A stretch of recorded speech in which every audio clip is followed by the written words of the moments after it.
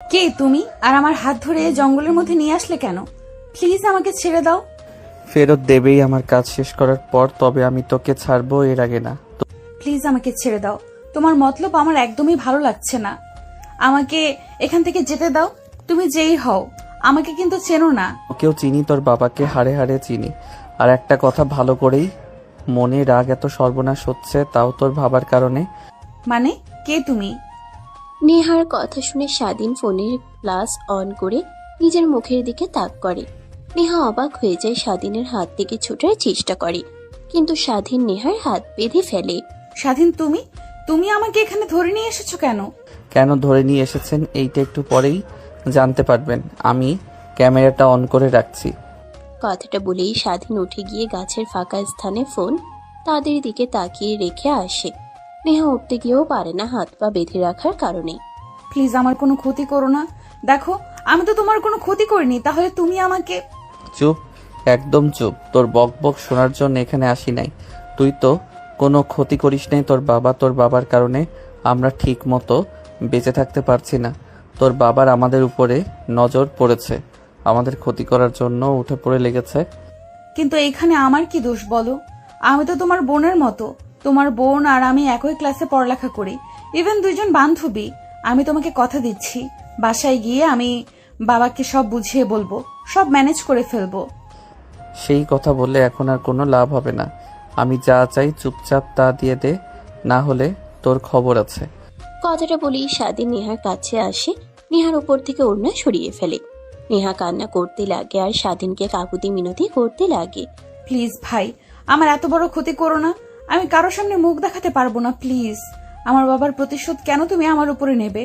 কারণ আমি ভালো করেই জানি যে তোর বাবার দুর্বলতার একমাত্র পয়েন্ট তুই। তোর ক্ষতি হলে তোর বাবা পাগল হয়ে যায়, এটা আমি লক্ষ্য করেছি। তাই তোকে রেপ করে ভিডিও করে তোর বাবাকে ব্ল্যাকমেইল করব। প্লিজ না, আমাকে যেতে দাও। বাবার কি আমি সব বুঝিয়ে বলবো। আমি ভালো করে জানি তোকে এখন ছেড়ে দিলে তুই তোর বাবার কাছে কান্না করে সব বলে দিবি। তখন উল্টো তোর বাবা আমাদের উপর ঝাঁপিয়ে পড়বে, বাঁচতে দেবে না আমাদেরকে। এমনিতেই মৃত লাশের মতো আমাদের পরিবার বেঁচে আছে। নেহাকে আর কোনো কথা বলতে না দিয়ে স্বাধীন নেহার উপর ঝাঁপিয়ে পড়ে চিৎকার করে বলতে লাগে। নেহার চিৎকার যেন জঙ্গল পেরিয়ে কোনো লোকের কানে পৌঁছায় না। এক পর্যায়ে নেহা হাল ছেড়ে দেয়। স্বাধীনের স্পর্শগুলো তার বুকে কাটা মতল বৃত্তে লাগে। একটু পর স্বাধীন নেহার উপর থেকে উঠে দাঁড়ায়, প্যান্ট শার্ট পরিধান করে নেয়। নেহার দিকে তাকিয়ে দেখে তার শরীরে পোশাক দেয়। শরীরের অনেকটা অংশে কামড়ে দাগ লেগে আছে। মাথার চুল এলোমেলো, অনুব্রত কান্নাই করে চলেছে। এত ন্যাকামি আর করতে হবে না, সেই তো গিয়ে বাবাকে সব খুলে বলবি। এই নিয়ে পোশাক পরে নে, বাসায় যা। রাতে জঙ্গলে থাকা ভালো না, জন্তু জানোয়ার এসে আগমন করতে পারে। তুই যা আজ আমার সাথে করলি তা মোটেও ঠিক করলি না। আমি তোর বড় বোনের মতো, আর কিসের ভয় দেখাচ্ছিস? মৃত্যুর? তুই কি ভেবেছিস আমি বেঁচে থাকবো? আমি তখন জীবিত একটা লাশ, শুধু মৃত্যুর প্রহর গোনা মাত্র। তুই চলে গেলেই আমি গলায় রশি দেব। না না, সেটা করলে তো আর হবে না। তোর বাবাকে শাস্তি দেওয়া, সেই কান্না করব। একটু পর সব ঠিক হয়ে যাবে। তোর বাবাকে ছটফটিয়ে তিলে তিলে কান্না করতে দেখতে মজাই পাবো। এইটা তোকে নিয়ে ভাবতে হবে না, যা এখান থেকে। যা করার তা তো করেছিস। আর হ্যাঁ প্লিজ, আমি মারা গেলে এই ভিডিও কাউকে দেখাবি না, তখন আমি মরে গিয়েও শান্তি পাবো না। কথাগুলো কান্না করতে করতে বলতে লাগে। না স্বাধীন বুঝতে পারে সেখান থেকে চলে গেলে নেহা সুইসাইড করবে। ভাবতে লাগলে কি করবে, তাই নেহার কাছে এসে আর হাত থেকে দড়ি খুলে দেয়। নেহা তাড়াতাড়ি করে পোশাক পরিধান করে নেয়। স্বাধীন গাছ থেকে ফোন পেরে ভিডিও বন্ধ করে পকেটে পুরে নেয়। পিছনে তাকিয়ে দেখে তখনই পাশে শব্দ হতে লাগে। স্বাধীন সেদিকে দৌড় দেয়, দেখে নেহা জঙ্গলের মধ্যে দিয়ে দৌড়াচ্ছে। স্বাধীন দৌড়ে গিয়ে নেহাকে ধরে ফেলে। কিভাবে দৌড়ে কোথায় যাচ্ছ? যদি মরেই যাও তাহলে আমি এত কিছু কল্পনা করেছি তার তো কিছুই হবে না। যা করার তা তো করেছিস, প্লিজ আমাকে ছেড়ে দে। এখনো খেলা শেষ হয়নি, সবে তো মাত্র শুরু। অনেক কিছু দেখার বাকি আছে। মানে শেষ হয়নি আবার শুরু করবি? এখন যা করার তোর বাবার সামনে করব, তোকে এটা নিয়ে ভাবতে হবে না। এখন চল আমার সাথে, জঙ্গলের মাঝে অনেক ভয়ঙ্কর পশু থাকতে পারে। আমি তো সেটাই চাই, এই পাপিষ্ঠ দেহটা খুবলে খুবলে কাক পশু খাক, অন্তত তারা তাদের খিদা নিবারণ করতে পারবে তো। তাছাড়া এই দেহর কোনো মূল্যই নেই। নেহার কথাগুলো স্বাধীনের অনেক খারাপ লাগে। সে বুঝতে পারে নেহাকে যা করেছে তা একদমই ঠিক হয়নি। তাই নেহাকে কোলে তুলে নেয়। নেহা স্বাধীনের কাছ থেকে ছাড়া পাবার চেষ্টা করে কান্না করে, তাও স্বাধীন নেহাকে ছেড়ে দেয় না। জঙ্গল থেকে বের করে রাস্তায় গাড়িতে বসিয়ে স্বাধীন বাইক চালিয়ে বাসার দিকে যেতে লাগে। নেহা নামতে গিয়েও স্বাধীন তৎক্ষণাৎ গাড়ির ব্রেক করে ফেলে। রেগে বাইক থেকে নেমে নেহার গালে ঠাস ঠাস করে থাপ্পড় লাগিয়ে দিয়ে বলে, কি শুরু করেছি? যা বলছে না তোর মরতে ইচ্ছা করছে তাই না? যা করার তা করিস, আগে বাসায় চল, তোর বাবাকে ভিডিওটা দেখাবো, তারপর তোর যা ইচ্ছে তাই করিস। এখন অন্তত চুপচাপ করে গাড়িতে উঠে বস। প্লিজ, তোর পা ধরে বলছি, এই ভিডিও বাবাকে দেখাস না। বাবাকে আমি আর মুখ দেখাতে পারবো না। নেহার কথা শুনে স্বাধীন হাসতে থাকে। তারপর বাইকে উঠে বসে নেহা পিছনে বসতে স্বাধীন তার শার্ট খুলে নেহাকে তার সঙ্গে বেঁধে ফেলে। তারপর ফুল স্পিডে বাইক চালিয়ে চেয়ারম্যানের বাড়ির সামনে চলে আসে। দরজায় দেখে অনেক মানুষের সমাগম। এমন অবস্থায় স্বাধীন গিয়ে গাড়ি ব্রেক করে। সবাই তাকিয়ে থাকে নেহার এই অবস্থা দেখে। সবাই অবাক হয়ে যায়। গেট খুলে দিতেই স্বাধীন গাড়ি নিয়ে ভিতরে ঢুকে পড়ে। গাড়ির শব্দ শুনে গাড়ির ভিতর থেকে সবাই বাইরে চলে আসে। তখনই স্বাধীন আর নেহা গাড়ি থেকে নেমে নেহার বাবা নেহাকে এমন অবস্থায় দেখে রাগে আগুন বের হতে লাগে, মাথা দিয়ে আগুন হয়ে যায়। তুই ঠিক আছিস তো? আর তোর এই অবস্থা কেন? আর কে ছেলে? নেহা তার বাবার প্রতি উত্তরে কোনো জবাব দেয় না, দৌড়ে তার মাকে জড়িয়ে ধরে কান্না করতে লাগে। নেহার মা মেয়ের এই অবস্থা দেখে কান্না করতে লাগে। তুমি কি কিছুই বুঝতে পারছো না মেয়েটার কি বেহাল দশা?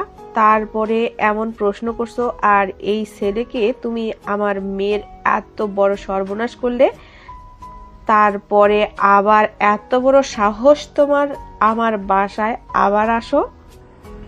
বাসায় না নিয়ে আসলে সুইসাইড করতে নিয়ে গিয়েছিলি, তখন তো আমার কোনো প্ল্যানিং কাজে লাগতো না, তাই আর কি বাসায় নিয়ে এসেছি যেন মরে না যায়।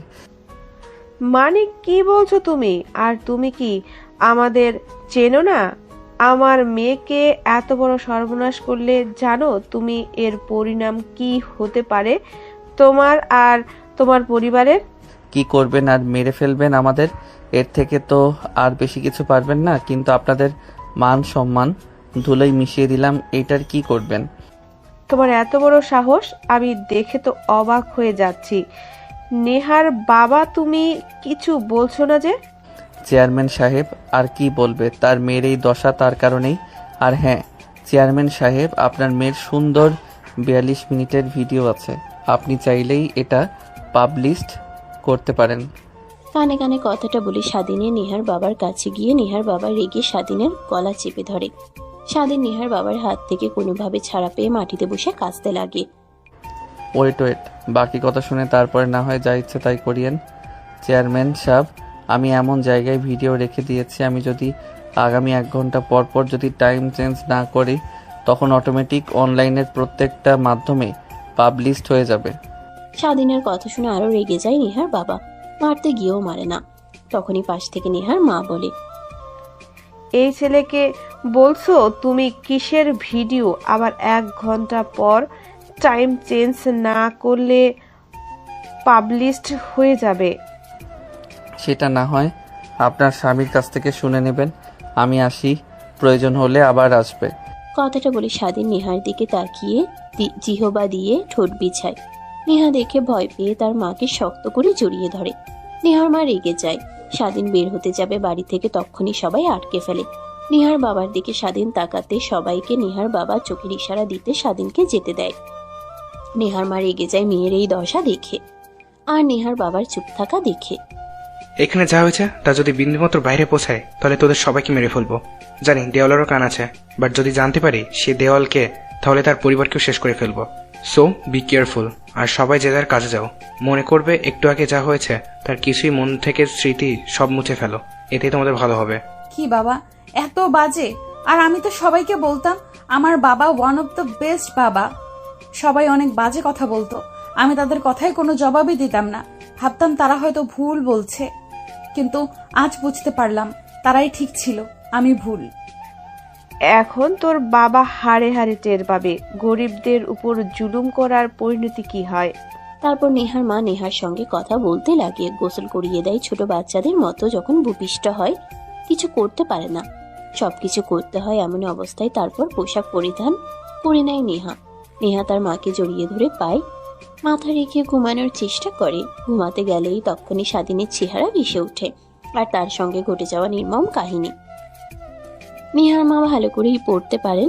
নেহার মাথায় হাত বুলিয়ে দিতে লাগে আর বলতে লাগে, দেখ মা, সংগ্রাম করে বেঁচে থাকার নামই হচ্ছে জীবন। জানিস তোর বাবা আমাকে কিভাবে বিয়ে করেছে? আমি ছিলাম অনেক গরিব ঘরের মেয়ে, তোর বাবা ছিল বড়লোক ঘরের ছেলে। তোর বাবা আমাকে অনেক পছন্দ করত। তোর বাবা এখন যে রকম দেখছিস, এর থেকেও ভয়ঙ্কর বোকাটি ছিল। তার উত্তাপে কোনো মেয়ে রাস্তা দিয়ে হাঁটতেও পারতো না। তোর বাবাকে দেখে সবাই ভয় পেত, আমিও ভয় পেতাম। এক পর্যায়ে আমাকে ভালোবাসে কথাটা বলে আমি ভয় পেয়ে সেখান থেকে চলে যাই, বাড়িতে গিয়ে কান্না করি। তারপরের দিন বাড়িতে ঘটক আসে আমার বিয়ের কথা নিয়ে। তোর বাবার সঙ্গে আমি রাজি হই না, আমার মা বাবাও রাজি হয় না। তোর বাবা জোর করে লোক নিয়ে গিয়ে আমাকে তুলে নিয়ে এসে বিয়ে করে ভেবেছিল জীবন দিয়ে দেব, এই বোঘাটের সঙ্গে সংসার করব না। কিন্তু ভাবলাম জীবন দিয়ে দিলে তো আর সবকিছু ঠিক হয়ে যাবে না, তাই নিজেকে শক্ত করে তোর বাবাকে ভালোবাসার জালে বেঁধেছিলাম। তারপর আমি যা করতে বলি তাই করে, যেখানেই উঠতে বলি সেখানেই উঠে, যেখানে বসতে বলি সেখানেই বসে। নেহার মা কথাগুলো বলি নেহার কোনো সারা শব্দ না পেয়ে নেহার দিকে তাকিয়ে দেখে ঘুমিয়ে গেছে। নেহার মা মুচকে একটা হাসি দিয়ে নেহার মাথা বালিশে রেখে গায়ের উপরে কাঁথা জড়িয়ে লাইট অফ করে রুম থেকে বের হয়ে যায়। দেখে এখনো বসার রুমে মাথা নিচু করে নেহার বাবা বসে আছে। তখনই নেহার মা নেহার বাবার কাছে গিয়ে বসে পড়ে। তোমাকে আগেই বলেছিলাম এসব অন্যায় কাজ ছেড়ে দাও, কিন্তু তুমি আমার কথা শোনোইনি। এইবার তো হলো, তোমার কারণে আজ আমার মেয়ের এত বড় সর্বনাশ হলো। আমি আমার ভুল বুঝতে পারছি, কিন্তু এখন কি করব কিছুই তো বুঝতে পারছি না। সব মাথার উপর দিয়ে যাচ্ছে। তুমি কিছু বলো। কেন, কি করবে বুঝতে পারছো না? এত বড় চেয়ারম্যান, এতগুলো গ্রাম তোমার কথায় উঠবোস করে, আর তুমি কিনা কি করবে ভাবতে পারছো না? নেহার মায়ের কথায় নেহার বাবা মাথা দিয়ে না জানায়। নেহার মা রেগে নেহার বাবার দিকে তাকিয়ে বলে, তোমার কথা দেখে বুঝতে পারলাম তুমি ছেলেটাকে চেনো। এক্ষুনি সবাইকে নিয়ে ছেলেটার বাসায় যাবে, ওদের যা যা তুমি দখল করেছো সব ছেড়ে দিয়ে চলে আসবে, আর ছেলেটার বাবার কাছ থেকে ক্ষমা চেয়ে তবে আসবে। যতক্ষণ না ছেলেটা আর ছেলেটার বাবা তোমাকে ক্ষমা না করছে ততক্ষণ আসবে না। আসলে তোমাকে আর বাসার মধ্যে আসতে দেব না। আচ্ছা ঠিক আছে, কিন্তু আমি চেয়ারম্যান হয়ে একটা লোকের সামনে মাথা নিচু করব, বিষয়টা কেমন দেখায় না? তোমার মেয়ের সম্মানের কাছে কি তোমার চেয়ারম্যানের মর্যাদা এতটা বড়? যদি তাই হয় তাহলে যাবার দরকার নেই। আমাকে আর একে মেরে ফেলো তাহলেই চলবে, তোমার সঙ্গে থাকতে চাই না। না না না, এমন করে বলছো কেন? আমি এখনই যাচ্ছি, ক্ষমা চেয়ে আসছি। যতক্ষণ না ক্ষমা করবে ততক্ষণ বাড়িতে আসবো না। এই তো বুঝতে পারছো। আর হ্যাঁ, বিশেষ করে ছেলেটার বিষয়ে সবকিছু জেনে শুনে তবেই আসবে। আচ্ছা ঠিক আছে। কথাটা বলেই বসার রুমের বড় ঘরের দিকে তাকিয়ে দেখে সদ্যই 8:30 বাজে। তাই সবাইকে নিয়ে নেহার বাবা বেরিয়ে পড়ে। অন্যদিকে স্বাধীন চেয়ারম্যান বাড়ি থেকে বাইক নিয়ে বের হয়ে বাড়ির দিকে যেতে লাগে আর ভাবতে লাগে, আমি কি কাজটা ঠিক করলাম? এইখানে তো নেহা আপুর কোনো দোষ নেই। চেয়ারম্যানের প্রতিশোধ তার মেয়ের উপরে নিলাম, আর নেহা আপু তো তার বাবার পাওয়ার নিয়ে কখনোই অহংকার করেনি। তাহলে নেহা প্রসঙ্গে যা করলাম তা আমার একদমই ঠিক হয়নি। কিন্তু কি করব, তো অত্যাচার চেয়ারম্যানের তো আর সহ্য করার মতো না। এখন উচিত শিক্ষা পাবে সে। এখন গরিবদের দিকে চোখ তুলে তাকাতেও সে 100 বার ভাববে। দেখো, এত কিছু ভেবে কোনো লাভ নেই। একদিন সময় করে নেহা আব্বুর কাছ থেকে ক্ষমা চেয়ে নেব। যদি ক্ষমা না করে, আবার যদি রাতেই উল্টাপাল্টা কিছু করে ফেলে, তখন কি হবে? কথাগুলো ভাবতে ভাবতে স্বাধীন বাইক নিয়ে বাড়ির দিকে আর যায় না। তার বন্ধুদের সঙ্গে আড্ডা দিতে বাজারে চলে যায়। স্বাধীন তার বন্ধুদের সঙ্গে বেশ কিছুক্ষণ আড্ডা দিয়ে বাড়িতে চলে আসে। দেখে বাড়ির সামনে অনেকগুলো গাড়ি দাঁড় করিয়ে আছে। স্বাধীন ভয় পেয়ে যায়। বাইকটা নিয়ে ভয়ে ভয়ে বাড়ির ভিতরে ঢুকে দেখে নিহার বাবা তার বাবাকে সব কাগজপত্র বুঝিয়ে দিচ্ছে। স্বাধীন গুটি গুটি পায়ে তার বাবার কাছে গিয়ে দাঁড়ায়। নেহার বাবা স্বাধীনের দিকে তাকায় করুণ দৃষ্টিতে। স্বাধীনের অনেক মায়া হতে লাগে। সব দলিলের পেপার বুঝিয়ে দেওয়া হলে নেহার বাবা তার সব কর্মচারীকে বাড়ি থেকে বের হয়ে যেতে বলে। সবাই চলে গেলে নেহার বাবা স্বাধীনের বাবার পা ধরে ক্ষমা চায়। আরে আরে কি করছেন আপনি? প্লিজ উঠেন। না, আমি উঠবো না যতক্ষণ না আমাকে ক্ষমা করে দিচ্ছেন। আমি আমার ভুল বুঝতে পারছি। প্লিজ আমাকে ক্ষমা করে দেন। আর কখনোই কোনো গরিবের উপরে জুলুম করব না। দেখেন, কখনো কারোর সামনে মাথা নিচু করবেন না, একমাত্র আল্লাহর কাছে ছাড়া। আর মহান আল্লাহ তাআলা আপনাকে তো আর কম দেয়নি। এত এত সম্পত্তি কি এসব ভোগ করবে? শুনেছি আপনার মাত্র একটাই মেয়ে। তাহলে এই পাপিষ্ট টাকা আর কত খাইবেন বলেন? বলি কি, সময় থাকতে আল্লাহর পথে চলে আসেন। আর আমি আপনাকে ক্ষমা করে দিয়েছি। যে ভুল বুঝতে পারে তাকে ক্ষমা করে দাও, মহানবী সাল্লাল্লাহু আলাইহি ওয়াসাল্লাম আমাদের তা বলে গিয়েছে। অনেক অনেক ধন্যবাদ আপনাকে। আর বাবা, তোমাকেও আমার চোখ খুলে দেওয়ার জন্য ধন্যবাদ। কথাটা বলেই নিহার বাবা চলে যায়। স্বাধীনের মা, বাবা, বোন সবাই স্বাধীনের দিকে তাকায়। স্বাধীন অন্যদিক করে সেখান থেকে সোজা রুমের দিকে যেতে লাগে। স্বাধীনের বোনের বিষয়টা খটকা লাগে, তাই স্বাধীনের পিছু পিছু রুমে চলে আসে। বিষয়টা কি হলো? সবকিছু মাথার উপর দিয়ে গেল। যেখানে বাবা কেস করে 5 বছর হলো জমি নিয়ে লড়াই করছিল চেয়ারম্যানের সঙ্গে, চেয়ারম্যান টাকা দিয়ে আমাদের সব সম্পত্তি সব পেয়ে গিয়েছিল, কিন্তু হঠাৎ করে সব ফিরিয়ে দিল যে। আমাকে বলছিস কেন এটা? যা গিয়ে চেয়ারম্যান কেবল কেন ফিরিয়ে দিয়েছে? মনে হয় মরণের ভয় এসেছে, তাই সব কিছু ফিরিয়ে দিয়েছে। না না, এইসব কিছুই না। আমার কেমন জানি মনে হচ্ছে তোর এইসবের পিছে হাত আছে। তুই কিছু তো একটা করেছিস, না হলে এই চেয়ারম্যান এইভাবে শায়েস্তা হবার কথা নয় কখনোই। আপু, তুইও না এইভাবে আমাকে সন্দেহ করছিস? আমি কি করব? আমি কি আর একা চেয়ারম্যানের বিরুদ্ধে একা পেরে উঠতে পারবো? কথাটা বলেই স্বাধীন মাথা চুলকাতে লাগে। তখনই সামিয়ার নজর যায় স্বাধীনের মাথার দিকে। তখনই স্বাধীনের দিকে যেতে লাগে। স্বাধীন এটা দেখে ভয় পেয়ে যায়, তাইলে একে বলে, আপু, এভাবে আমার দিকে এগিয়ে আসছিস কেন? এভাবে আসিস না, গা ঘেমে একাকার হয়ে আছে, গোসল করতে হবে। গোসল করে, সমস্যা নেই। এর আগেও তো ফুটবল খেলে এসেছিস, এইভাবে কথা বলিসনি। আর তোর মাথায় এটা কি? কথাটা বলেই সামিয়া স্বাধীনের মাথার চুলের উপর থেকে একটা সেফটি পিন বের করে। এইটা কি দেখতে পারছো না? Safety pin. এইটা আবার বলার কি আছে? এটা সেফটি পিন, এটা আমিও ভালো করে দেখছি, বাট তোর মাথায় কি করে আসলো? আরে আপু, আমি কি করে বলবো সেফটি পিন কিনা আমার মাথায় কি করে আসলো? মনে হয় বন্ধুদের সঙ্গে আড্ডা দিচ্ছিলাম, তখন কেউ মজা করে মাথায় লাগিয়ে দিয়েছে হয়তোবা।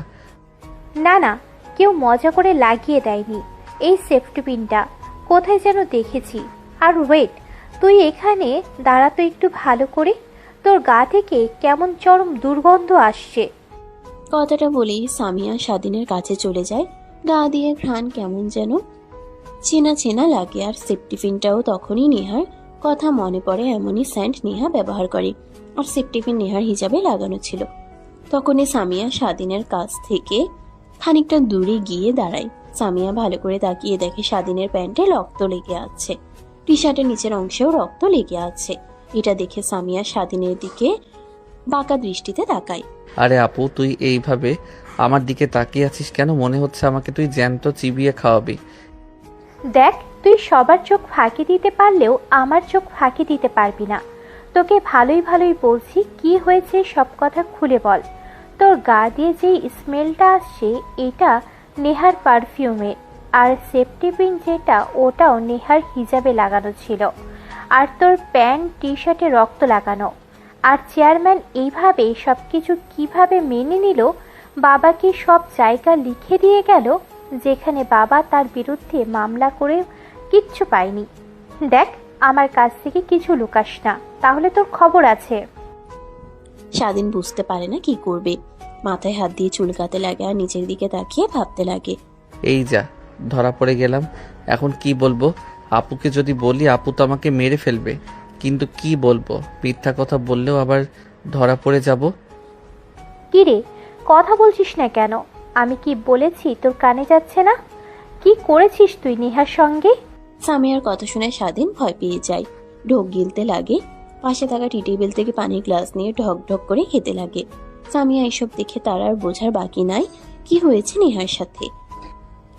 রাগ হতে লাগে, তারপরেও স্বাধীনের মুখ থেকে সত্যিটা শুনতে চায়। কিরে, বলছিস না কেন? তোর কাছে কি জিজ্ঞাসা করছি? দেখ, সত্যি কথা বলবি। তুই যদি চালাকি করিস আমার সাথে, তাহলে তোর কিন্তু খবর আছে। মানে আপু, আমি কি করব নেহা আপুর সাথে? আর তুমি যা ভাবছো তা একদমই নয়। কিভাবে যে মাথায় এসে ক্লিপ লাগলো আর প্যান্টে রক্ত লেগে আছে। বন্ধুদের সঙ্গে বসেছিলাম, আর তুমি তো জানো রিফাত পান খায়, ওর হয়তোবা পিক লেগেছে। দেখ, আমাকে শিখাতে আসিস না। আমি ভালো করেই জানি কোনটা রক্ত আর কোনটা পানের পিক। সত্যি কথা বলবি নাকি মা বাবার কাছে গিয়ে বলবো? না না আপু, মা বাবাকে বলিও না, আমি তোমাকে সব সত্য কথাই বলছি। প্লিজ, তুমি আমাকে ভুল বোঝো না।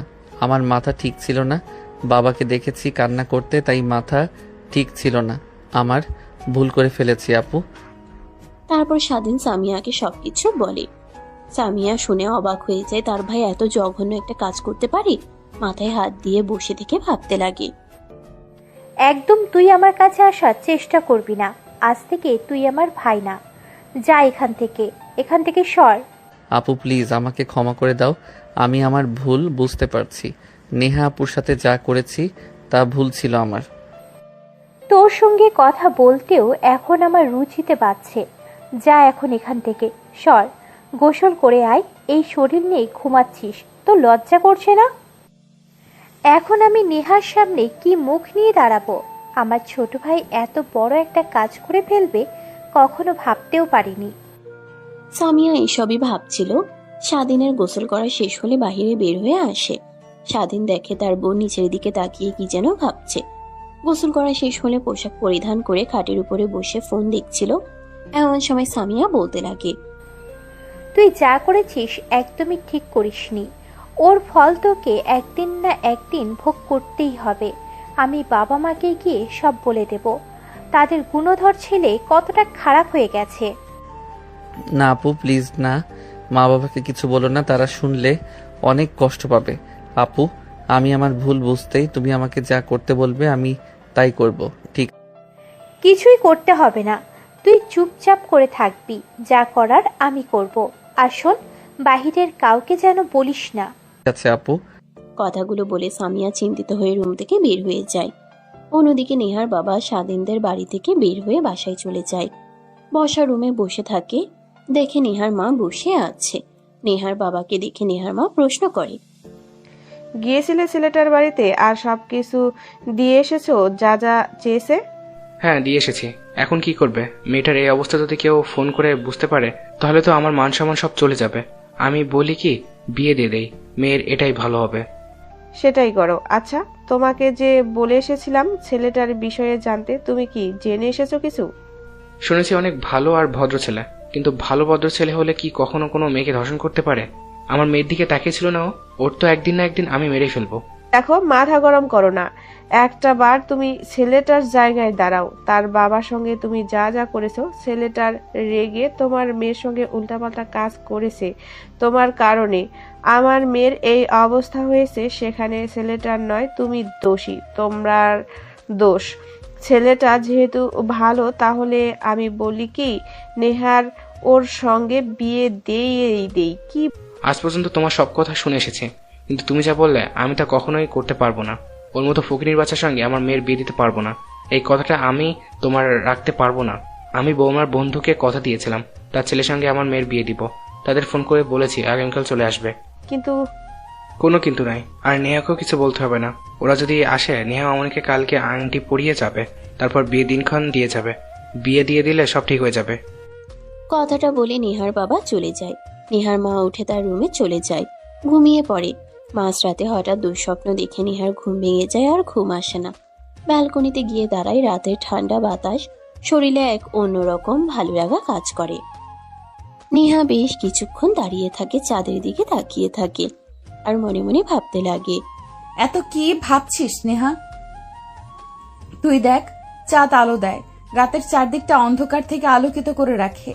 তারপরেও তার গায়ে কত দাগ, আর সেইখানে তো তুই যা হয়েছে ভুলে যা, নতুন করে বাঁচতে শেখ। দুঃস্বপ্ন মনে করে সব মুছে ফেল। কিন্তু ছেলেটার কাছে তো ভিডিও আছে, যদি কোনোভাবে পাবলিশ করে দেয়। না না, মনে হয় না ভিডিওটা পাবলিশ করবে। বাবাকে যা বলেছে, বাবা তো মনে হয় কথা মতো কাজ করবে। এত আর ভাবতে পারছি না। কথাটা বলেই নেহা মাথা চেপে ধরে ব্যালকনিতে থাকা দোলনায় বসে পড়ে। বসে থাকতে থাকতে কখন যে ঘুমিয়ে যায় বুঝতে পারে না। সকালের আলোয় আর আজানের শব্দে নেহার ঘুম ভেঙে যায়। নেহা ব্যালকনি থেকে উঠে রুমে চলে যায়। ওয়াশরুমে গিয়ে গোসল করে রুমে এসে জায়নামাজ বিছিয়ে নামাজ পড়ে নেয়। মোনাজাতে কান্না করতে করতে ক্ষমা চায়। ঠিক তখনই নেহার মা নেহার রুমে প্রবেশ করে। নেহা তাড়াহুড়ো করে নামাজ শেষ করে তার মাকে প্রশ্ন করে, মা, তুমি এত সকালে আমার রুমে কি করছো? মারে, তোকে একটা কথা বলতে এসেছি। মেয়েদের জীবন চিরস্থায়ী নয়, তাদের স্বামীর বাড়ি যেতে হয়। আর তোর বয়স তো কম হয়নি, তোর বিয়ে দেব তোর বাবা বলছে। আমি অনেকবার মানা করেছি মেয়েটার মানসিকভাবে ঠিক হোক, কিন্তু আমার কোনো কথাই শুনেনি। কিন্তু মা, আমি এখন বিয়ে করতে পারবো না, মেন্টালি প্রিপেয়ার্ড না। বাবাকে গিয়ে বলো। দেখ মা, তোর বাবাকে অনেক বুঝিয়েছি, সে আমার কোনো কথাই শুনছে না। বিয়ে দিয়ে ছাড়বে মনে হয়, তাই তোকে বলতে আসলাম। আজকে ওনারা আসবে যে কোনো সময় তোকে দেখার জন্য। কথাগুলো বলেই নেহার মা রুম থেকে চলে যায়। নেহা চিন্তিত হয়ে খাটের উপর বসে পড়ে। ঠিক তখনই ফোনের রিং হতে লাগে। ফোনের দিকে তাকিয়ে দেখে সামিয়া ফোন করেছে। নিমিষেই রাগ হতে লাগে, মনে মনে ভাবতে লাগে, সামিয়ার তো কোনো দোষ নেই। বড় ভাই আমার সাথে উল্টাপাল্টা কাজ করেছে। এখন যদি আবার আমি স্বাধীনের মতো স্বাধীনের রাগ তার বোনের উপর খাটাই, কেমন দেখায় না? চাও ওয়েট, ফোন রিসিভ করছি, কি বলে শুনি। কথাটা ভাবতেই আবার ফোনে রিং হতে লাগে। নেহা ফোন রিসিভ করে কানের কাছে ধরে, কিছুই বলে না। তখন ওই পাশ থেকে সামিয়া বলতে লাগে, কেমন আছিস? হ্যাঁ আছি, আলহামদুলিল্লাহ ভালো। দেখ, আমি সব জানতে পারছি। তোর সঙ্গে যা হয়েছে তা একদমই ঠিক হয়নি, কিন্তু আমার ভাইকে তুই বিশ্বাস কর, মোটেও এমন না। অনেক ভালো একটা ছেলে, কিন্তু বাবার কান্না করতে দেখে ওর রাগ উঠে যায়, তাই তোর সঙ্গে এই কাজ করে ফেলে। দেখ, আমি তোর সাথে কথা বলছি কি মুখ নিয়ে তা নিজেও জানি না।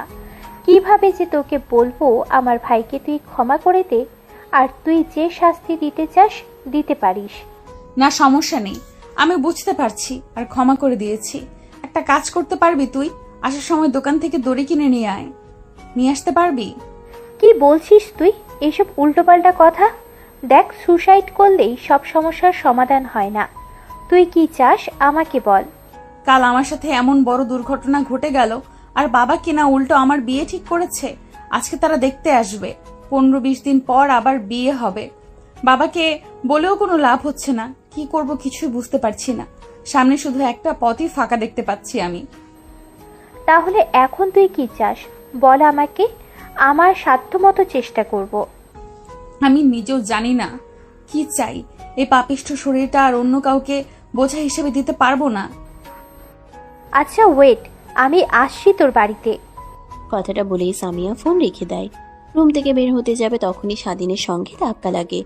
সামিয়া স্বাধীনের দিকে রাগী দৃষ্টিতে তাকিয়ে বলে, এত তাড়াহুড়ো করে কোথায় যাচ্ছিস? আবার কোনো মেয়ের জীবন নষ্ট করতে না তো? আপু কি বলো তুমি এগুলো? কি বলছি, যা সত্যি তাই বলছি। তোকে দেখে আর কি বিশ্বাস আছে বল? যতটুকু ছিল তা তো সব দুমড়ে মুচড়ে ভেঙে দিয়েছিস। কথাটা বলেই সামিয়া রাগী দৃষ্টিতে স্বাধীনের দিকে তাকিয়ে সেখান থেকে চলে যায়। স্বাধীন তার বোনের কথা শুনে অনেক কষ্ট পায়। সেই দিকে কোনো দেশ টিপা না দিয়ে ব্যাট হাতে নিয়ে বের হয়ে যেতে যাবে তখনই পেছন থেকে তার মা ডেকে বলতে লাগে, কিরে, এত সকালে কোথায় যাচ্ছিস? খাবার না খেয়ে? মা, আজকে কলেজ বন্ধ আর পাশের গ্রামের সঙ্গে খেলা আছে, তাই যাচ্ছি। ওইখানেই কিছু খেয়ে নেব। না খেয়ে নিজে কি বেহাল করে ফেলছিস? একবার দেখছিস তাকিয়ে? স্বাধীন তার মায়ের সঙ্গে কথা বলছিল। এমন সময় বাইরে থেকে ওল্ডার বাসের সাউন্ড হয়। স্বাধীন তাকিয়ে দেখে তার বন্ধু স্বাধীন তার মার কাছ থেকে বিদায় নিয়ে দৌড়ে গাড়িতে উঠে বসে। তারপর স্টার্ট দিয়ে সোজা মাঠে চলে আসে। অন্যদিকে সামিয়া হাঁটতে হাঁটতে নিহার বাড়িতে চলে আসছে। নিহার বাবা সামিয়ার দিকে রেগে তাকায়, কিন্তু কিছুই বলে না। আন্টি, নেহা কি রুমে আছে? হ্যাঁ মা, রুমে আছে। তুমি যাও তো একটু, আর দুপুরের দিকে নেহাকে দেখতে আসবে। এসেছো ভালোই হয়েছে, নেহাকে একটু সাজিয়ে গুছিয়ে দিও তো। ঠিক আছে আন্টি। তারপর সামিয়া নেহার রুমের দিকে অগ্রসর হয়। নেহার বাবা রেগে সামিয়া আর মাকে উদ্দেশ্য করে বলতে লাগে, এই মেয়েটা এখানে এসেছে কেন? তুমি কি জানো এইটা সেই মেয়ে যার ছোট ভাই আপনিও সঙ্গে উল্টোপাল্টা কাজ করেছে? আমি জানি, অনেকবার দেখেছি। সামিয়া মামুনিকে বাইরে থেকে নিয়ে গিয়েছে, আর মেয়েটা কিছু জানে না। মনে হয় জানলে কখনোই আসতো না। না জানলেই ভালো। আর আমার কিন্তু বিন্দুমাত্র একে বিশ্বাস হয় না। তোমার মেয়েকে আবার যেন উল্টোপাল্টা কিছু না বোঝায়। দেখো, বিষয়টা তুমি খেয়াল রেখো এদিকে। কথাটা বলেই নেহার বাবা জরুরি কাজে ইউনিয়ন পরিষদে চলে যায়। অন্যদিকে সামিয়া নেহার রুমে গিয়ে দরজায় কড়া নাড়ে। কে? আমি সামিয়া। ও, তুই এসেছিস? আয় তাহলে, রুমের দরজা খোলা আছে। তারপর সামিয়া রুমে এসে দেখে নেহা খাটের উপরে বসে আছে আনমনা হয়ে। সামিয়া নেহার পাশে বসে পড়ে। কি বলবে নেহাকে ভাষা খুঁজে পায় না। দেখ, তোকে কিভাবে সান্ত্বনা দেব তার ভাষা আমার কাছে নেই। আমার ভাই এত বড় কাজ করবে আমি কখনো ভাবতেও পারি নাই। বাদ দে, আমার কপালে ছিল এটা। একে তো এত বড় দুর্ঘটনা ঘটে গেল আমার সাথে, তারপর আবার বাবা আমার বিয়ে ঠিক করেছে তার বন্ধুর ছেলের সাথে। কেন? ঠিকই তো করেছে আঙ্কেল। যার সিদ্ধান্ত নিয়েছে তোর ভালোর জন্যই নিয়েছে।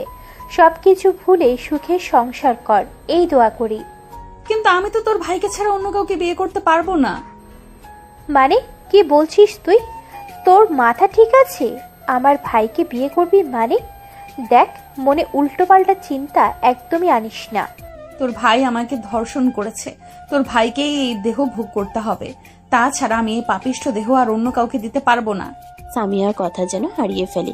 নেহার উত্তরে কি বলবে কিছুই বুঝতে পারে না, কিন্তু নেহার গম্ভীর কণ্ঠে ভয় লুকিয়ে আছে, এটা সামিয়াই স্পষ্ট বুঝতে পারে। দেখ, তোর মাথা ঠিক নেই। রুমে বসে আছিস আর আজে বাজে চিন্তা করছিস। বাহিরে দিয়ে ঘুরে আয়, দেখবি মন ফ্রেশ হবে। উল্টো পাল্টা চিন্তা মাথা থেকে বের হয়ে যাবে। তারপর সামিয়া নেহাকে জোরাজুরি করে বাহিরে নিয়ে আসে। তারপর দুজনে হাঁটতে লাগে। পাশ থেকে অনবরত সামিয়ার কথা বলেই চলেছে, কিন্তু নেহা তো তার ভাবনার জগতে যোগ দেওয়া আছে। কি রে নেহা, তোর কি হয়েছে? কোথায় হারিয়ে গেলি? কখন থেকে তোর পাশে দাঁড়িয়ে বক বক করছি, কোনো উত্তরই দিচ্ছিস না। দেখ, তোকে তো বললামই ভালো লাগছে না আমার। রুমে থাকি, বাইরে বের হব না, কিন্তু তুই তো আমার কোনো কথাই শুনলি না। ভাবলাম তোকে নিয়ে বাহিরে দিয়ে ঘোরালে তোর মনটা ফ্রেশ হবে। চল মাঠের দিকে যাই। তারপর সামিয়া আর নেহা দুজনে হাঁটতে হাঁটতে মাঠের দিকে চলে আসে। দেখে সবাই ক্রিকেট খেলছে। আরেকটু এগিয়ে যেতেই দেখে স্বাধীন ব্যাট করছে। তারা দুজন দাঁড়িয়ে স্বাধীনের খেলা দেখতে লাগে। এক পর্যায়ে খেলা শেষ হলে স্বাধীন রাস্তার দিকে তাকিয়ে নেহা তার বোনকে দেখে অবাক হয়ে যায়। পিছনের দিকে তাকিয়ে নাই স্বাভাবিক হতে গিয়েও পারে না। একটা কাজ করবি, তোর ভাই কি এখানে ডেকে নিয়ে আয় তো। কেন এখানে ডেকে নিয়ে আসবো? ও খেলছে ওর মতো, খেলুক। ডেকে নিয়ে আসতে বলছি, আয়। এত কথা বলছিস কেন? কাজ আছে, তুই দেখতে পারবি এমনিতেই। তারপর সামিয়া স্বাধীনের ফোনে ফোন করে। স্বাধীন নম্বর দেখে পেছনের দিকে তাকায়। ফোন রিসিভ করতেই সামিয়া তাদের দিকে আসতে বলে। স্বাধীন ভয় ভয়ে গিয়ে আসতে লাগে। এখন বল, ও খেলছে, আমরা ঘুরতে এসেছি। স্বাধীন কি এখানে ডেকে নিয়ে আসার মানে কি? তোর ভাই রাতে যা করেছে সব মোবাইলে ভিডিও করেছে, ওই ভিডিও ডিলিট করতে বলবি। এর কারণেই ডেকে নিয়ে আসছি। কি আবার ভিডিও করেছে? আজকে আগে বাড়ি যায়, তারপর ওর একটা কিছু হচ্ছে। কিছুই করবে না, এখন থেকে ও আমার স্বামী, ভুলে যাস না। তোর মাথা পুরোটাই গেছে। আঙ্কেল যা করেছে ভালোই করেছে তোর বিয়ে দিয়ে। বিয়ে তো আমার হচ্ছে না, আর যদি আমার বিয়ে হয় তা একমাত্র তোর ভাইয়ের সাথেই হবে। সামিয়া রেগে নেহার দিকে তাকায়, একটা হাসি দেয়। নেহার হাসি দেখে সামিয়া ফিক করে হেসে ফেলে। এই মেয়েটার গোমরা মুখ দেখতে সামিয়ার কেন জানি একদমই ভালো লাগে না। স্বাধীন তাদের কাছে এগিয়ে আসতেই সামিয়া রেগে গিয়ে স্বাধীনের গালে থাপ্পড় দিতে যাবে। স্বাধীন চোখ বন্ধ করে ফেলে। পাশ থেকে নেহা সামিয়ার হাত ধরে ফেলে। স্বাধীন চোখ খুলে মিটমিট করে তাকিয়ে দেখে তার বোনের হাত নেহা ধরে আছে। তোকে বললাম না আমার সামনে ওর গায়ে ফুলের টোকাও দিবি না, তারপরও মারছিস কেন? যা বলেছি তা কর। আচ্ছা ঠিক আছে। আর স্বাধীন, তোর মোবাইলে নাকি নেহার সাথে যা করেছিস তা ভিডিও রেকর্ড করেছিস, ভিডিওটা ডিলিট করে দে। আপু আমি কোনো ভিডিও করিনি, শুধু ভয় দেখানোর জন্য মোবাইলটা রেখে দিয়েছিলাম। সত্যি বলছিস তো, নাকি পরে আবার ব্ল্যাকমেল করবি? না আপু সত্যি বলছি, আমি কোনো ভিডিও করিনি, চাইলে ফোনটা নিয়ে চেক দিতে পারো। মোবাইল চেক দিতে হবে না, আর যদি ভিডিও করে থাকো তাও লাভ নেই, তা কখনো পাবলিশ করতে পারবে না, কারণ আমি হব। নেহা বাকি কথা বলতে না দিয়ে সামিয়ার মুখ চেপে ধরে। স্বাধীন অবাক হয়ে যায়। এখন যা, গিয়ে ক্রিকেট খেলো। তারপর স্বাধীন সেখান থেকে চলে যায়। নেহা তার মুখ থেকে সামিয়ার হাত সরিয়ে হাঁপাতে লাগে।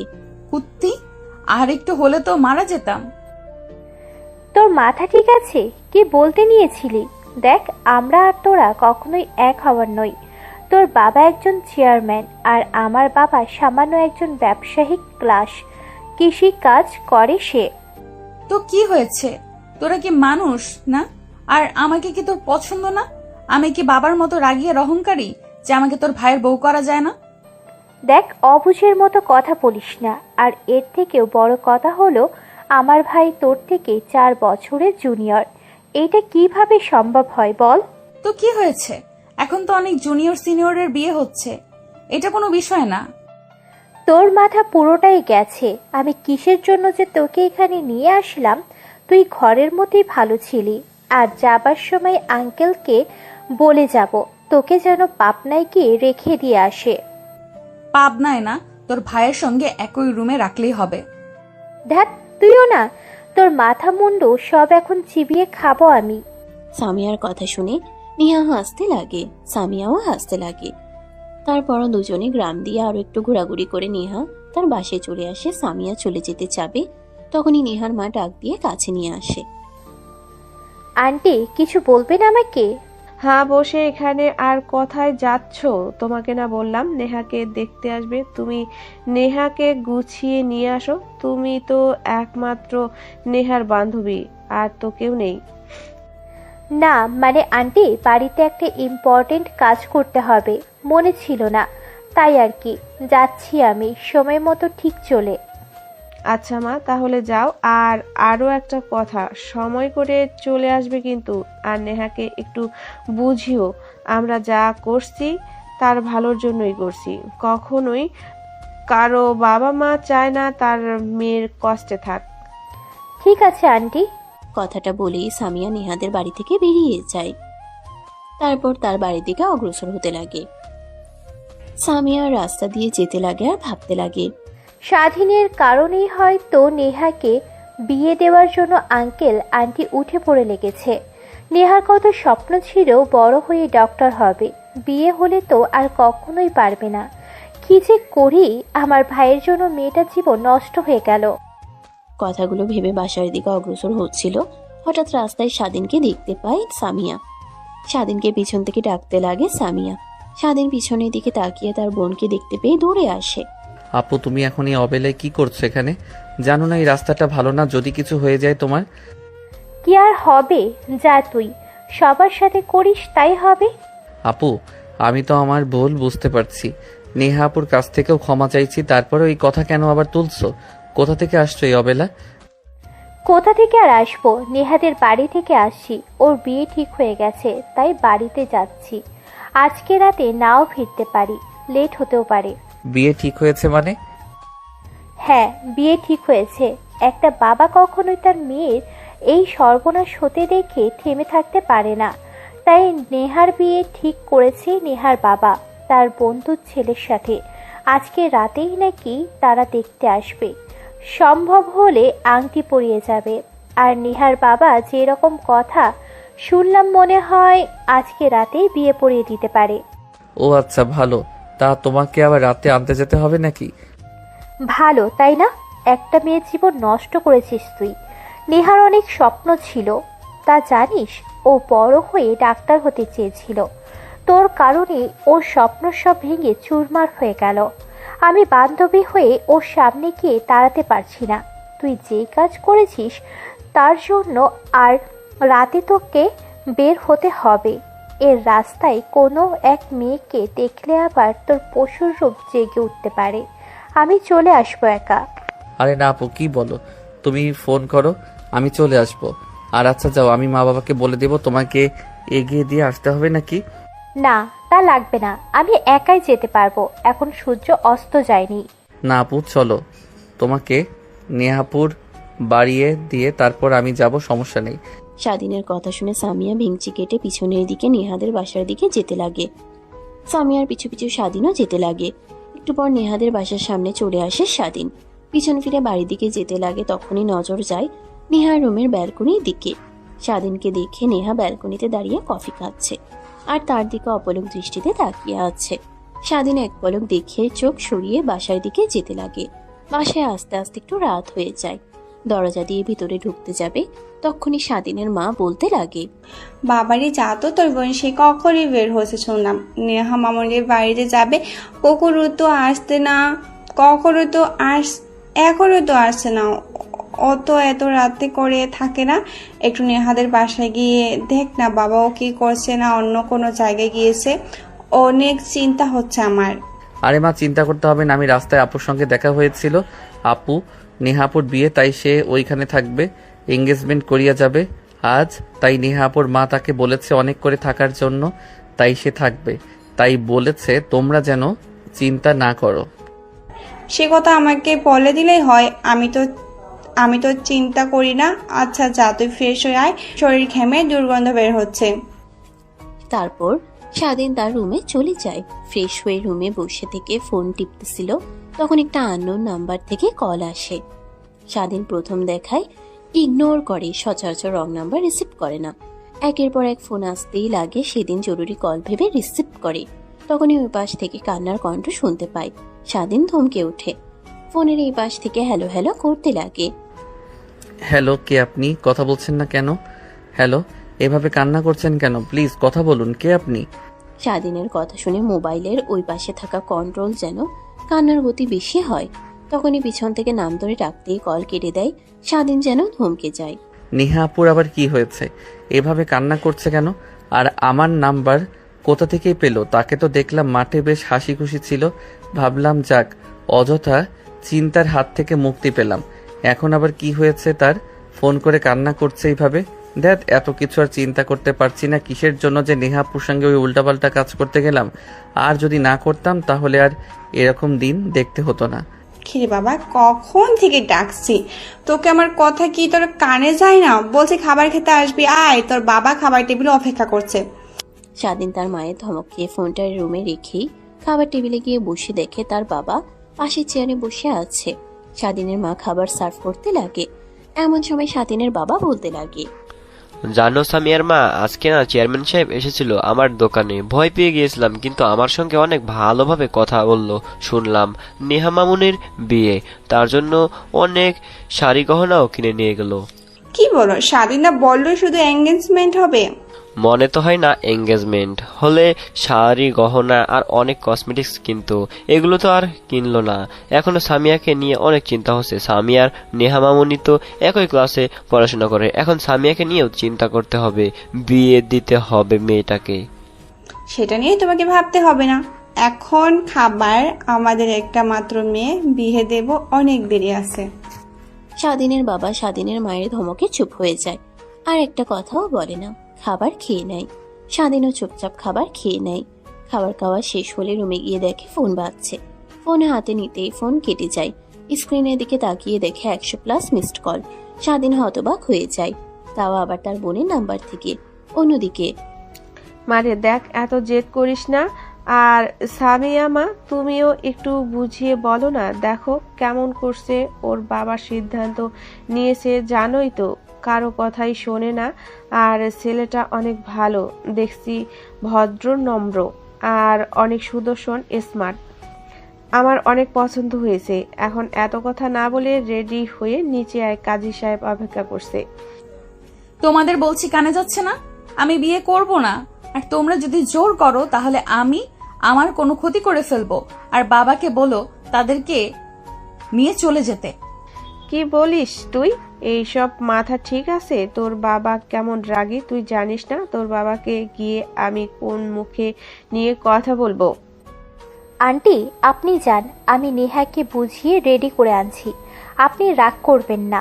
আর আঙ্কেলকে গিয়ে বলেন 30 মিনিট পর আমরা আসছি। আচ্ছা মা, আমি বলছি। আর তুমি একটু বোঝাও নেহাকে, এত রাগ জেদ একদমই ভালো না মেয়েদের।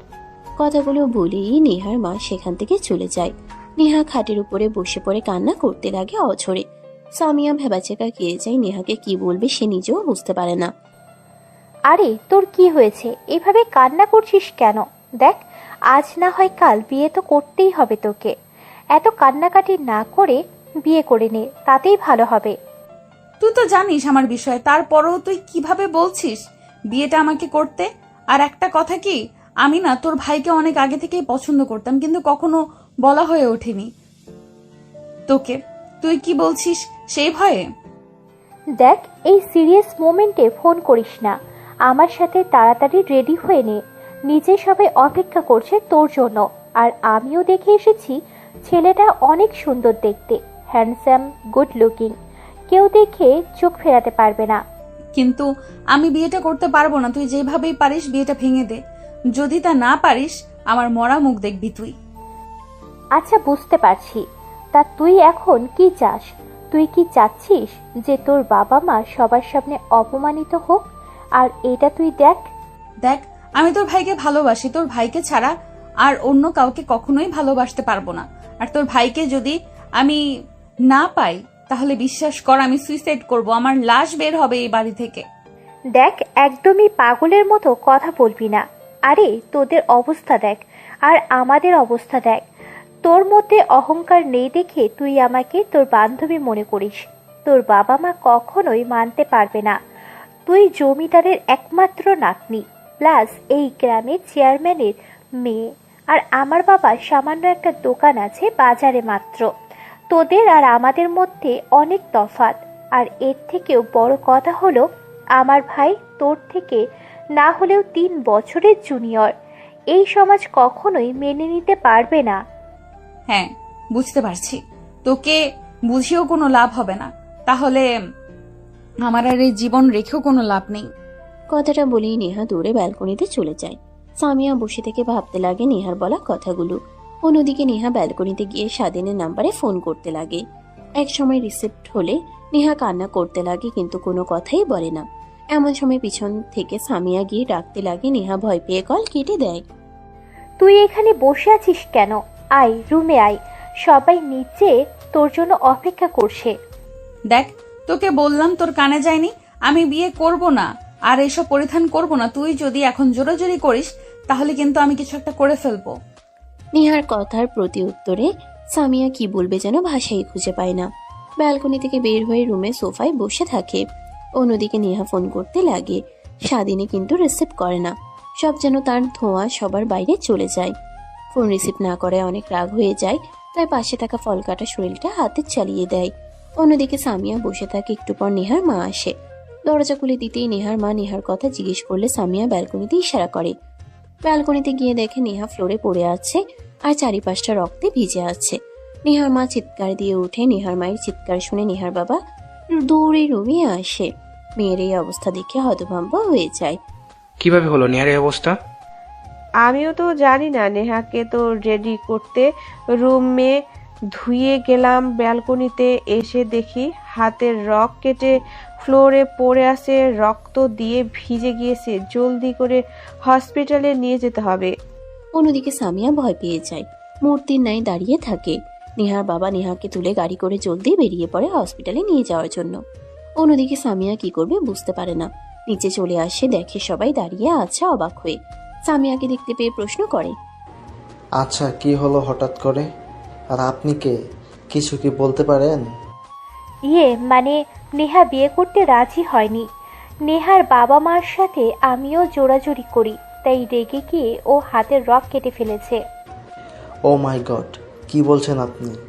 আর বাবা তুমি না বললে মেয়ে রাজি?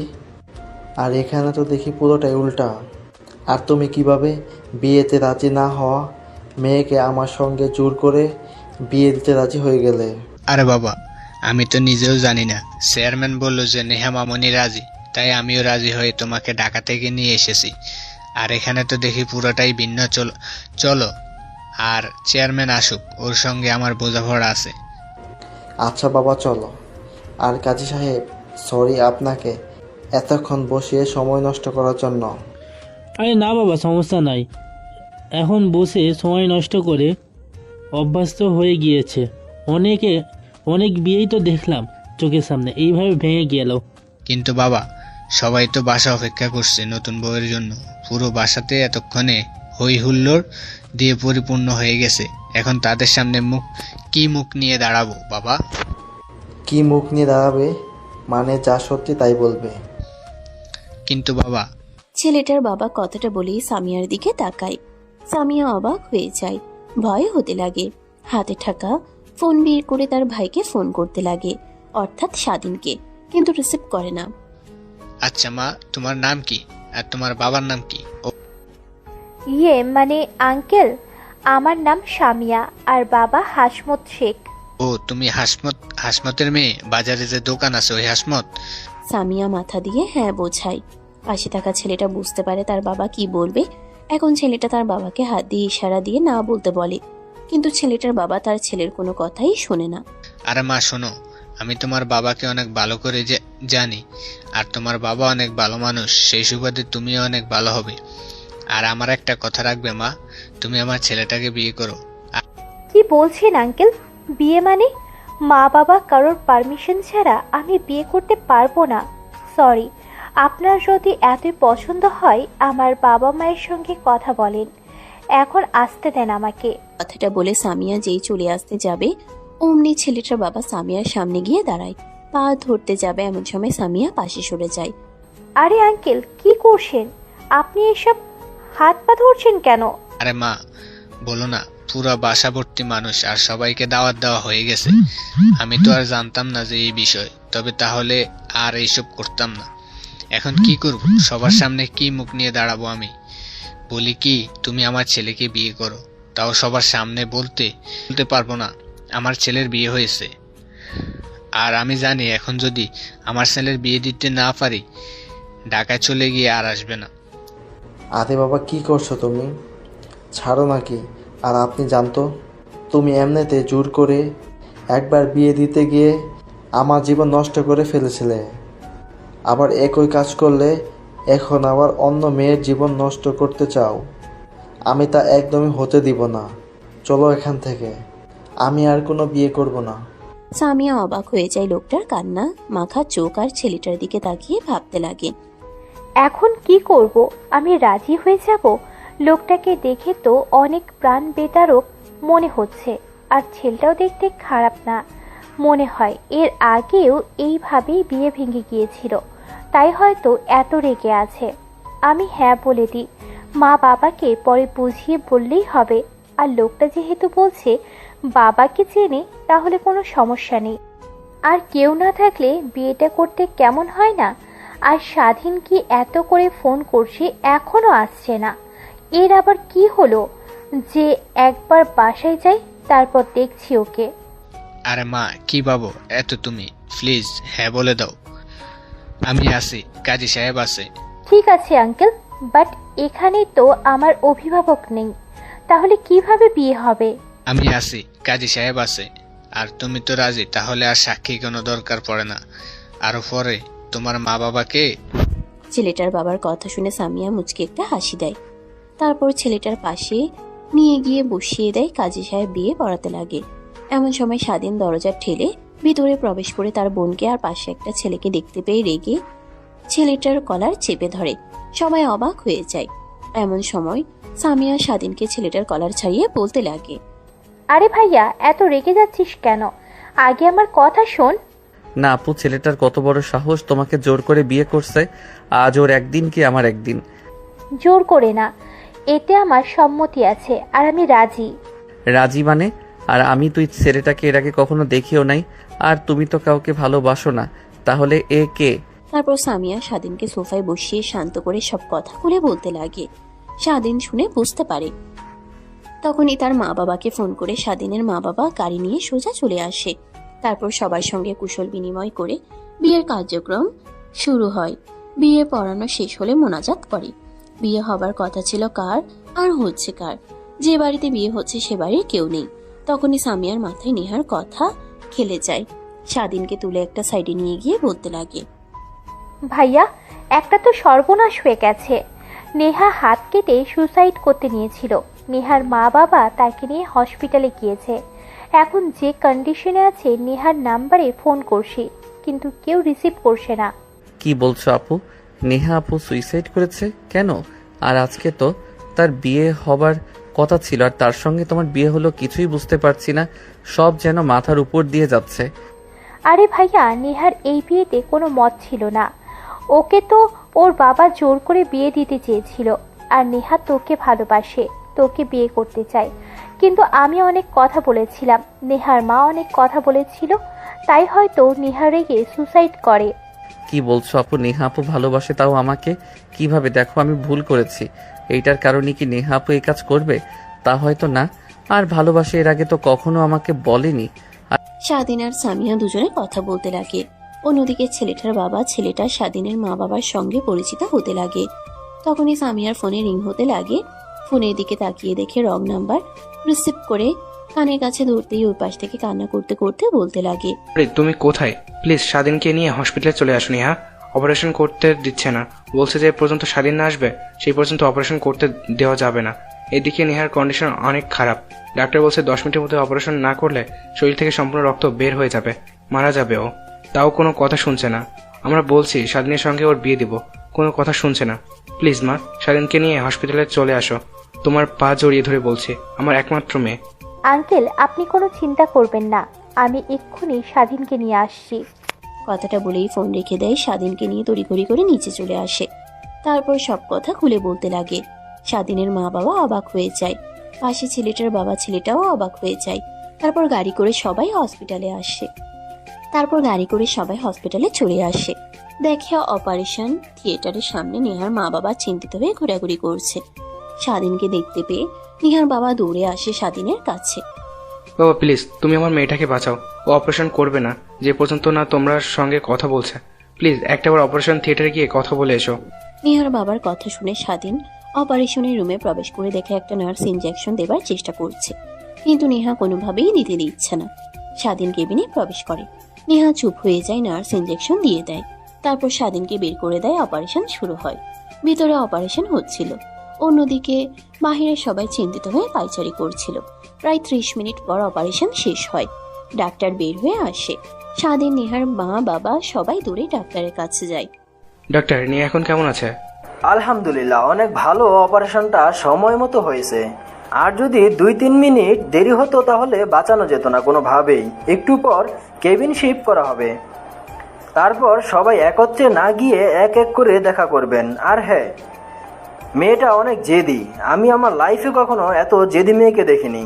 যা চায় তাই দিন, এভাবে জীবন নষ্ট করবেন না। কথাটা বলেই ডাক্তার চলে যায়। একটু পর নেহাকে কেবিনে শিফট করা হয়। করে সবাই কথা বলে আসে। স্বাধীন যায় না। স্বাধীনের বাবা এসে স্বাধীনকে বললে স্বাধীন কেবিনে প্রবেশ করে। নেহা উঠে বসে। স্বাধীন দেখে নেহার কাছে গিয়ে বসে উঠতে বারণ করে। আরে কি করছেন? ওইভাবে উঠতে হবে না, সমস্যা হবে আপনার। আর কিছুই হবে না, আমার লাইফলাইন আমার কাছে চলে এসেছে। কথাটা বলি নেহা স্বাধীনের বুকে মুখ লুকায়। স্বাধীন হতভম্ব হয়ে যায়। কি বলবে বুঝতে পারে না, কিন্তু নেহার ছোঁয়া তার অনেক ভালো লাগে। নেহা কিনিদের সঙ্গে আর শক্ত করে জড়িয়ে ধরে। এইভাবে শক্ত করে নিজের সঙ্গে জড়িয়ে রাখবে তো বাকিটা পথ, নাকি ছেড়ে দেবে মাঝপথে নিয়ে? যেই পর্যন্ত এই দেহে প্রাণ আছে সেই পর্যন্ত তোমাকে আর কোথাও যেতে দিচ্ছি না। এই শক্ত করে জড়িয়ে ধরছি, একটু আগলে যেতে দেব না। কথাটা বলি স্বাধীন নেহাকে উঠিয়ে কপালে চুমু খায়। তারপর দুজনে দুষ্টুমি করতে লাগে। অন্যদিকে কেবিনের বাইরে থেকে ছোট্ট গ্লাস দিয়ে সবাই দেখতে লাগে স্বাধীন আর নেহার কাণ্ড। স্বাধীনের বোন আর দুলাভাই লজ্জা পেয়ে দূরে চলে যায়। এভাবে সমাপ্তি হয় ভালোবাসার আরো একটি গল্পের। বেঁচে থাক ভালোবাসা, আর না পাওয়া ভালোবাসাগুলো কাঁদিয়ে যাক সবাইকে। সমাপ্ত।